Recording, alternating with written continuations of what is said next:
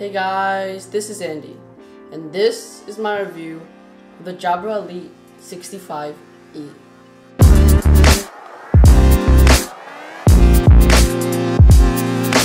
Okay, first off, the build. These earbuds look very similar to the Bose Quiet Control 30s, and they are, of course, neckbands. Being neckbands, this means that they have longer battery life, and also this means that they can have better controls. However, some people don't really like neckbands that much due to their heavier weight, and also because they kind of look a little funky, and some people just don't like the look. Personally, I'm fine with how they look, and I appreciate the longer battery life.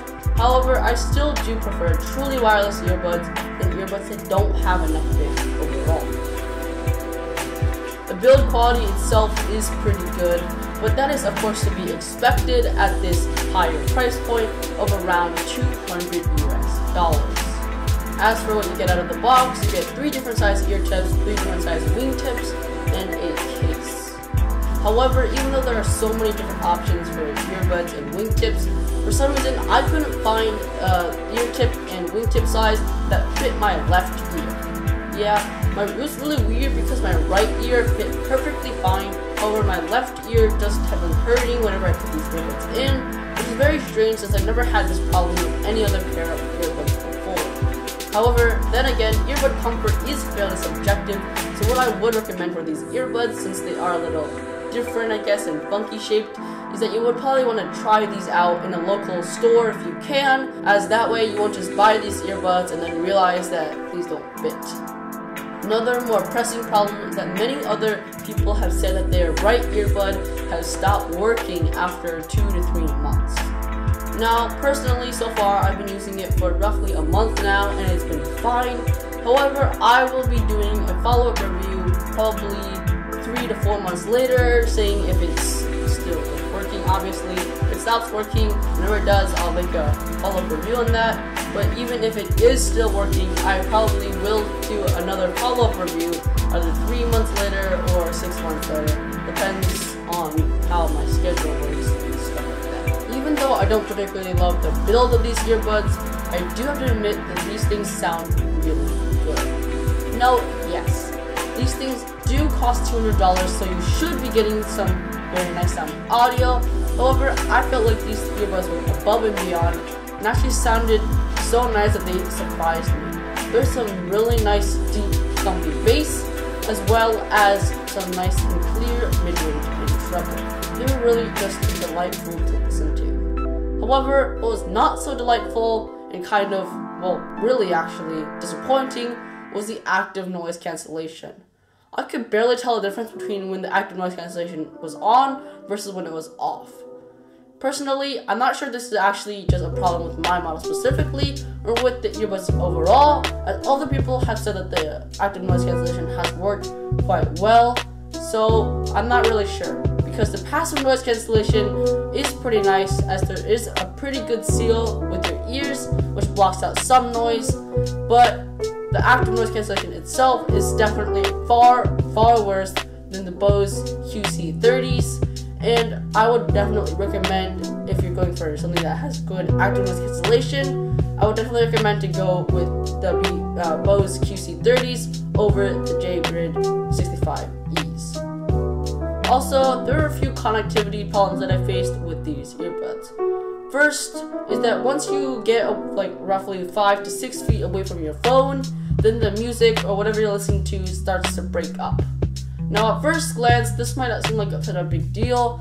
However, it quickly becomes very annoying, as when you're trying to, like, for example, like wash the dishes or something like that, and your phone is a little farther away, then everything just cuts up, and you have to basically have your phone in your pocket or like really close to you at all times, or else it doesn't work.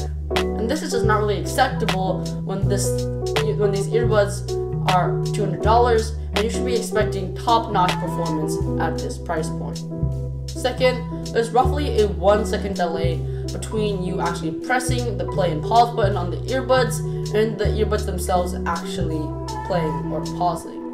Now, I'm not really sure why this is the case, as these earbuds have Bluetooth 5.0. However, it's kind of annoying as you just press the play or pause button and to like wait a full second, before it actually plays and pauses, and it makes the earbuds just seem very slow and kind of sluggish.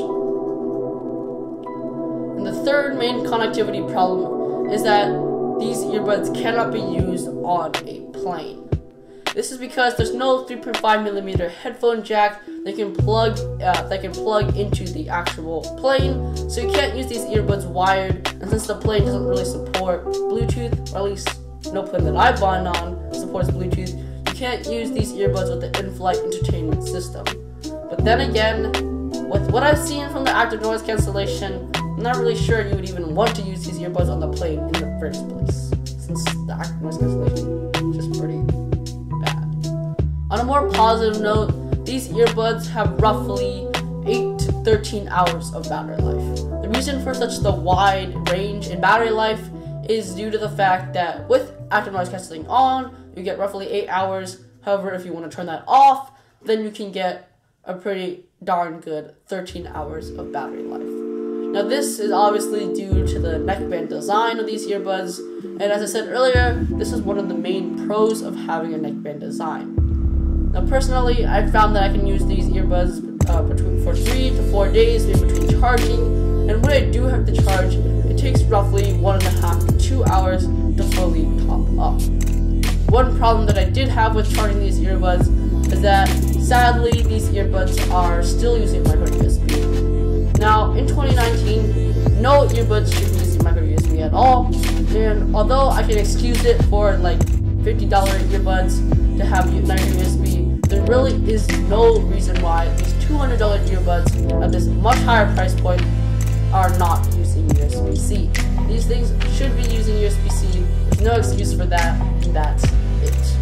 Overall, these earbuds sound very good and have some pretty good battery life. However, I just cannot find myself recommending these things due to the high probability that these things will fail after just a few months. For $200 you should be getting earbuds that will last at least a few years, and these earbuds just don't quite really make that cut.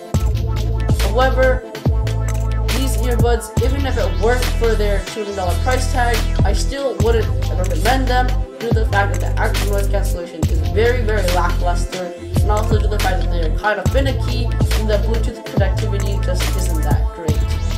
I would definitely recommend either looking for another earbud at this $200 price point, or even maybe spending a little bit more to get the Bose QC30s due to their better active noise cancellation and also their better sound quality overall. Anyways, that's about it for this video. If you enjoyed, make sure to hit that like button and also to subscribe. But this is Andy from AAGT Tech, and